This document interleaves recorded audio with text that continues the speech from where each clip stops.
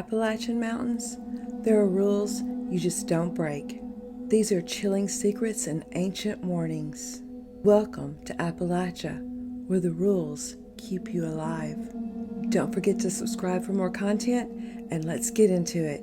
Mima's tips to surviving in Appalachia. Always exit out the same door that you came in. And two things of great importance. First, should someone pass away at home, is to stop the clocks to mark the time of death and prevent anyone else in the family from passing away. And to cover all of the mirrors in the house to keep the person's soul from becoming trapped. If you see this creature out in the Appalachian Mountains, no you didn't. At least that's what the old timers say. If you hear your name called, no you didn't. If you see a creature much like this, no you didn't. Many believe this is the Appalachian version of a Wendigo or Wendigo, which stems from Native American folklore. Many believe, I think, the Navajo was or Apache. If you know, let me know in the comments.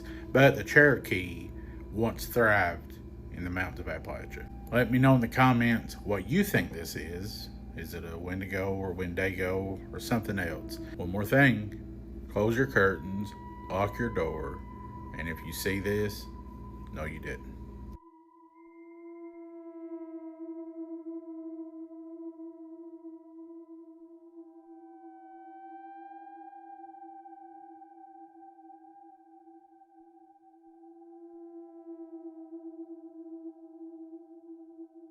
Want to visit Appalachia?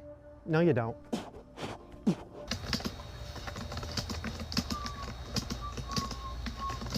No!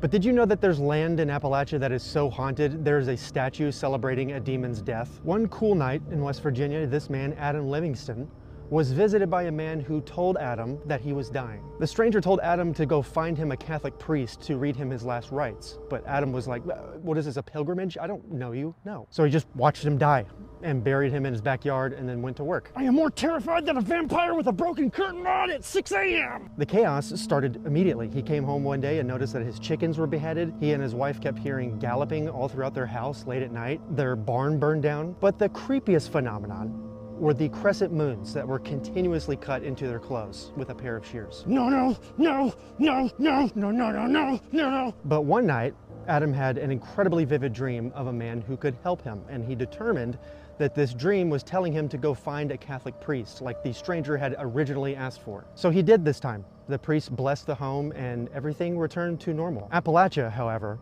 has continued to be anything but. Have you ever seen one of these trees? This is a bottle tree. This part of Appalachian folklore comes from the Gullah Geechee people of Africa, who believed that malevolent entities, referred to as haints, would come looking for people in the night. A bottle tree provides protection from haints because they cannot resist obsessively counting the bottles. Although the bottles on the tree may be any color, blue is the most frequently used color because it makes the haints confused, and they think that the blue bottles are the sky. The spirits will then go up inside the bottles and get trapped until the sun comes up and burns them away. Folklore states that if you hear a bottle ringing on your bottle tree, that means you've caught one. So have you ever seen one of these? Locals in the Appalachians don't talk much about Black Hollow, a stretch of forest off Route 17 that doesn't appear on GPS. But in 2016, a hiker named Megan Riley uploaded a video of strange lights drifting through those woods. The lights looked like lanterns at first, soft orange glows weaving between the trees. But when she zoomed in, they weren't floating through the forest. They were floating behind it, like the trees were just shadows against something brighter. Her last words on camera were quiet, almost calm. They're lining up. The video ends abruptly, but rescuers found her phone 2 days later, screen cracked, still recording audio. For 12 minutes, you can hear whispering in the distance. At the 9-minute mark, something speaks clearly. We've been walking with you the whole time. Her body was never found, but once a year, around October, hikers in Black Hollow report seeing the same lights moving along the ridge, always in a line of 7. And if you stay long enough, one light breaks off and follows you back down the trail. We're going to Mercer County, West Virginia. where we're going to talk about this cryptid dubbed the West Virginia Crawler. So sit back and enjoy. These crawlers have been haunting the West Virginia woods for generations. Some say they're a demon, others say a ghost, a twisted spirit, or a humanoid cryptid. They have long limbs that's real skinny, bright white pupilless eyes, and they move through the woods like a spider. With the amount of time that hunters spend in the woods, it's no wonder that sometimes it seems like they see more unexplained things than most other people do. And today's story comes from a deer hunter out of Mercer County, West Virginia, who had his own run-in with a West Virginia crawler. He said that the place he hunted was out in the middle of nowhere. He would camp a couple days or 3 days at a time. And he set up his tent one day, and he said as nightfall began to move in, he heard something with this high-pitched screaming shrill, like a banshee. He said the way it screamed and hollered, and he said it scared him real bad. And he said as soon as it got done hollering, it was like the whole woods, the forest around him just went quiet. He said you could hear a pin drop. And he said just about 30 seconds after that, it squalled out again. And he said by this time the hair was standing up on his arm and his neck. And he slept with a gun right beside him at night, scared. But he said it was just so quiet after it hollered, nothing making a noise. And he said after about 5 minutes of that eerie silence, the forest came back to life. The next morning, as he was walking to his tree stand, he said he found like a couple rabbits that had been just ripped in half. Pieces of them were eat. The whole things weren't eat, just pieces. And he said he found a half-eaten deer, and he said these weren't like coyotes or bobcats had done this. He said he'd never seen nothing quite like it the way it was done. And he kept walking, got to his tree stand, climbed up in it, was sitting there, and he sat there all day and didn't see any deer moving. As it was getting late of the evening, he said he looked out and he saw something out of the corner of his eye dart between two trees. He said he grabbed his binoculars to look, thinking maybe it was another hunter walking through there or something, He said he got to look and he seen it again, but he said this time he could tell. It was pale white with real long arms, and it was crawling fast. And he said it had the biggest, brightest, pupilless white eyes he'd ever seen. And he said it just darted around, and once it finally spotted him, he said once it spotted him, it took off getting it. He decided he was going to get down out of that deer stand and go find this thing and try to get a shot at it, because he'd never seen nothing like it. And he said as he eased out through there, he spotted it way off in the distance. And he put his gun up to try to get it in the scope, and he realized it was hovered over a dead deer, eating on it. But before he could get a shot, he said that thing took off. He said you'd be surprised how fast these creatures can move. He never did get a shot at it. He said he went back, tore his tent down, packed it up, and went home. He said he has been back in the area hunting, not camping, but hunting. And he hasn't had another run-in with one of these creatures at all. In the early 1990s, this team of Navy SEALs was called to Western North Carolina. Their mission was to neutralize a creature that was behind a family gone missing in the Appalachian Mountains. The following is a first-hand account of one of the team members. After being sanctioned by an alphabet government agency, they were to fly out the next morning. When they were first briefed on the target, they would literally laugh out loud. They all thought this has got to be a joke, but they would soon find out it was the furthest thing from it. After being shown multiple pictures of victims who were attacked, this SEAL team member would look over at his closest friend and fellow teammate. He was of Native American descent, and he looked pale white. He sent chills down his spine as he mumbled, "This isn't good at all." They would arrive the next day via chopper. As they landed, they seen the local sheriff waiting to welcome them. "I haven't been this happy to see the cavalry since Korea," he would say. He would take them through town showing the damage done by what he called the hairy demons. From trash buildings to disappearing families. After getting as much intel as they could from the sheriff, he would show them an old deer path.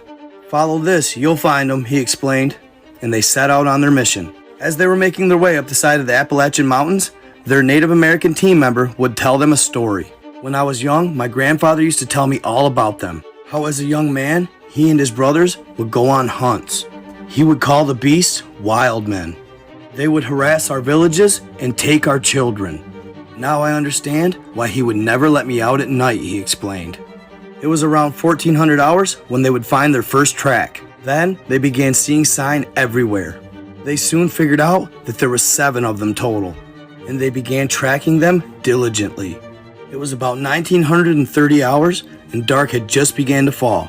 That's when the point man would stop dead in his tracks and speak into his headset. You could hear the adrenaline in his voice. "Sir, I see one, and it's huge." "If you have the shot, take it," said the lieutenant. As he squeezed the trigger, the shot pierced the night silence. The 7.62 millimeter round hit the beast square in the chest. It let out a fierce roar and acted as if it was nothing but a mosquito. Suddenly, all 7 of them began attacking at once. The beast moved throughout the forest with amazing agility. They were so quick you could barely see them, making them extremely hard to hit. Then out of nowhere, one of their teammates lets out a deathly scream. They look back as he's being pulled up into a tree. As they were fighting, one of the lieutenant's superiors would radio in, asking him to catch one alive. "Not a chance," the lieutenant would reply. They would battle the beast for a couple days, killing the last one on the 3rd night. Soon after, they would find the bodies of the missing family and their teammate, or what was left of them, as the beast had been eating them. Next day, they were told to stay quiet. They'd say their teammate died during training. Over 20 have died from training in the area since. A lot of people wonder why they say in the Appalachias not to go into the woods at night, not to whistle, not to sing, and always make sure you close your windows and you lock your doors and absolutely never respond to anything that calls your name. So this goes back to an old Native American belief in the area that these mountains were home to spirits and that they would come out and wander during the night. And I've heard 2 stories that will give you an idea as to why you should not do these things at night. So there was a man named Jeff. He lived outside of Knoxville, Tennessee. And he was told about this spot up in the mountains where there was some good mushrooms. But no one would go to this area because they were very superstitious. So Jeff thinks, I'm going to go to this area and get a good haul. And, what do I care? There's no such thing as ghost. So he goes out, he parks his car, he goes into the woods, and he's hunting for several hours. He starts to notice the sun is going down, it's getting dark. It's time to head back to his vehicle. Now, as he's walking through the woods, he all of a sudden hears, Jeff, come here. Come, Jeff. And he hears his name being called. So Jeff knows from legend that if you hear something calling your name, you do not respond. So he just keeps on walking, and all of a sudden he hears this louder and louder, his name being called. And then he starts hearing screaming coming from deep in the woods. And he hears laughter, and he hears what sounds like people just talking all around him. So he starts walking faster and faster, and he knows the way he came in, but for some reason it feels like the trees are almost moving, and he is going in the wrong direction now. And finally he comes out sort of to this open area, and he sees a man standing out in this field, but he's turned around looking in the opposite direction. So Jeff goes up and approaches this guy and says, "Excuse me, sir, do you know the route back to the highway?" And when this man turns around, Jeff realizes that it's himself, and he's all bloody and bruised, and he's just staring back at him. So Jeff runs as fast as he can for several miles, gets in his car, and drives back home. Later that night, he's awoken to hearing voices inside his room calling out to him, "Jeff, come back, come." And so Jeff never went back into the woods again, mushroom hunting. And the second story I've heard is there was a couple who decided they were going to live in the Appalachian Mountains for a summer. They find this cabin for rent, and they're surprised at how cheap the price is for 6 months. So they rent this cabin, and they go out there and they bring all their stuff to move in. And this guy in a truck, he meets them out there, and he's very nervous. And he tells them, hey, at night, you're going to want to lock your doors and close the blinds.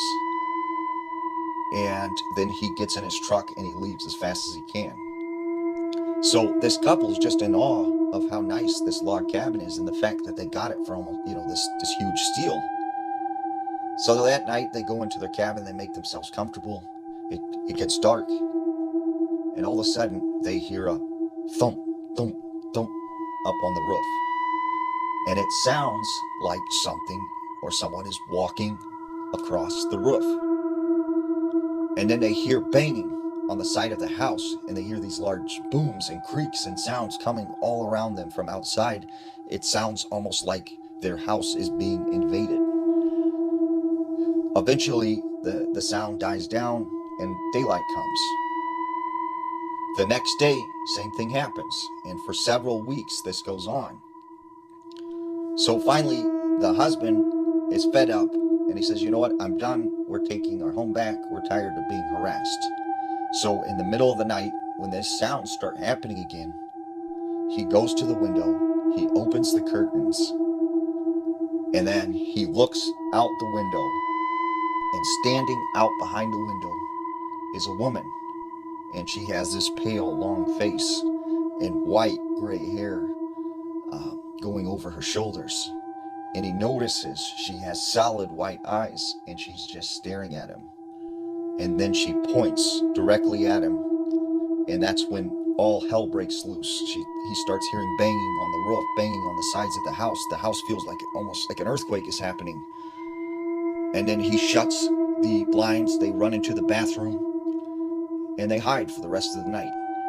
The next day, they decide, we're through with this, and they leave, never to return again. If you ever find yourself in the Appalachian Mountains, remember, the forest is always watching. Follow the rules, or you may never leave.